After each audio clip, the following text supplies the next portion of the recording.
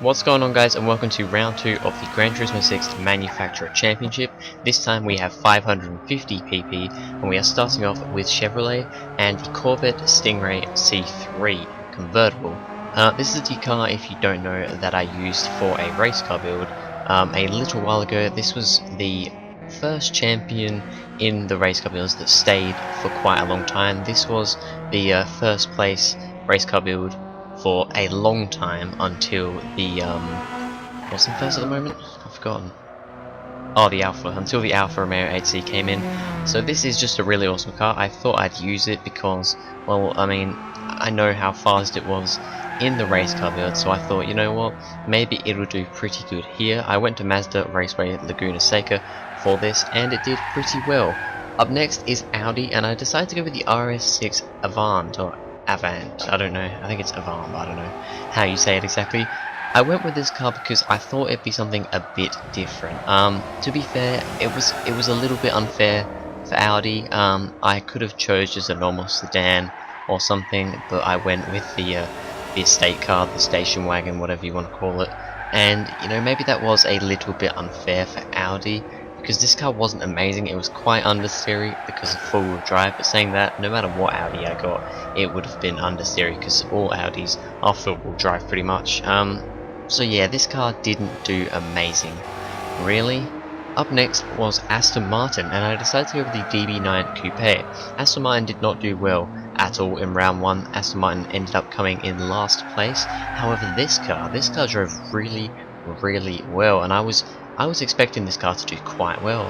It was just so much nicer to drive than that DB7 we had in round 1, and it was a lot nicer to drive than the RS6 that just went. I'm showing these in the order that I drove them, by the way. If you don't know, I am driving these cars with my Logitech G29 wheel, so if my driving is terrible, then that is why. However, I am getting used to it now.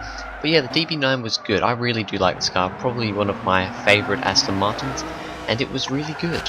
Up next is Mercedes-Benz, and I went for the C63 AMG. I've been thinking about doing a race car build on this car for a while, but I don't know, I've just never really got around to it. So I thought, you know what, now that I've got the chance to get a 550 PP Mercedes-Benz, I will go with the C63. It's a nice car. I do like the C63. It's a very nice car to drive. The brakes, from what I remember, were not fantastic in this car compared to the cars that had gone before it. Yeah, the brakes were not great, but apart from that, fairly nice to drive. You know, it turned fairly well, good acceleration and stuff, so it wasn't too bad. Just the brakes were not amazing. Up next was Ford, and I went with the Mustang Boss 302.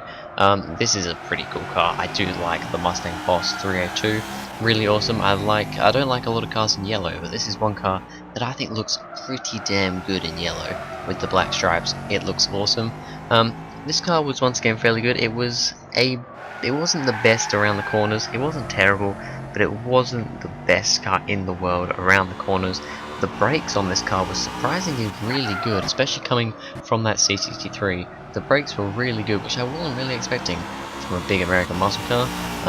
But I mean, you know, this was actually, a lot of the cars on this list were quite heavy, like the DB9, the C63, the RS6. They were all quite heavy, so you know, you'd expect this car to, you know, be one of the heaviest cars, but really it wasn't, because a lot of the other cars were heavy too. But yeah, the Ford was very nice to drive. Up next was BMW, and I went for the M3 Coupe, mainly because I was just looking through the cars and I realised that I had a stock one of these in my garage, and I thought, oh, you know what, I might as well use it. I do like this car. It is a very nice car. I've always been a fan of M3s. They're probably my favourite type of BMW. I'm a bit more of a fan of the older M3s, like the ones from Most Wanted. I can't remember what model number they are now. It's not E92 because that's the newer ones. But anyway, I still like this BMW. It was very nice to drive, good through the corners, pretty good brakes, good acceleration, all round a very nice car to drive. Up next was Ferrari, and as you can see, this car is rather bent up and, well, a bit dirty and horrible. It's the 512 BB or 512 BB.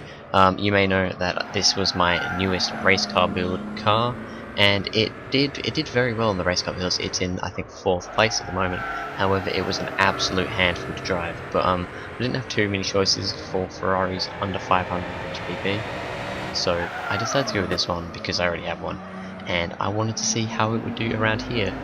And yeah, it was pretty good. I mean, acceleration and stuff was very nice. Once again, though, it was a real handful, especially with a wheel. With a wheel, this thing, I thought this thing was hard to drive with a controller. With a wheel, yeah, it was a bit harder and a bit terrifying. I went into the wall a couple of times, and finally it was Nissan. And of course, I'm going to go with the Skyline GTR R34. The reason why this one has all the custom parts on it and stuff is because this is the one that I used for my race car build a while ago.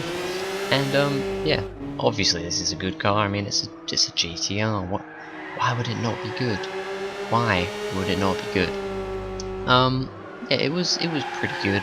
I feel like 4-wheel drive cars aren't the best things around Laguna Seca. I feel like Laguna Seca is a little bit nicer, I suppose, to rear-wheel drive cars.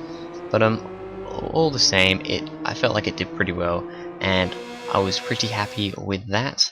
We now go on to the times of this, and we have BMW in first, followed by Ferrari, then Aston Martin doing very well, Nissan, Chevrolet, Ford, Mercedes, and at the back Audi, which was not too much of a surprise. We go on to the actual standings at the moment, and we have in first place Ferrari with 30 points, not too surprising, getting a first and a second, going to be very hard to beat. In second, following closely behind, is the BMW with 26 points. Down a little bit further is Mercedes with 18 points, and then we get all very close together. Chevrolet with 16 points in fourth. We have a tie for fifth, with Audi, Aston Martin, and Nissan all with 14 points, and then at the back is Ford with 12 points. So yeah, after this round, Ferrari stays at the top, and I honestly, I think Ferrari could quite easily take this. However, if Ferrari has a bad race next time and BMW has a good one, BMW can take it. And I mean, if both of them have a bad one, anyone could take it, really. I mean, I think Ford's a bit too far down to take a win now, but I don't know. I guess we will just have to see. But anyway, that is it for this video, guys. If you enjoy, please go ahead, like and subscribe.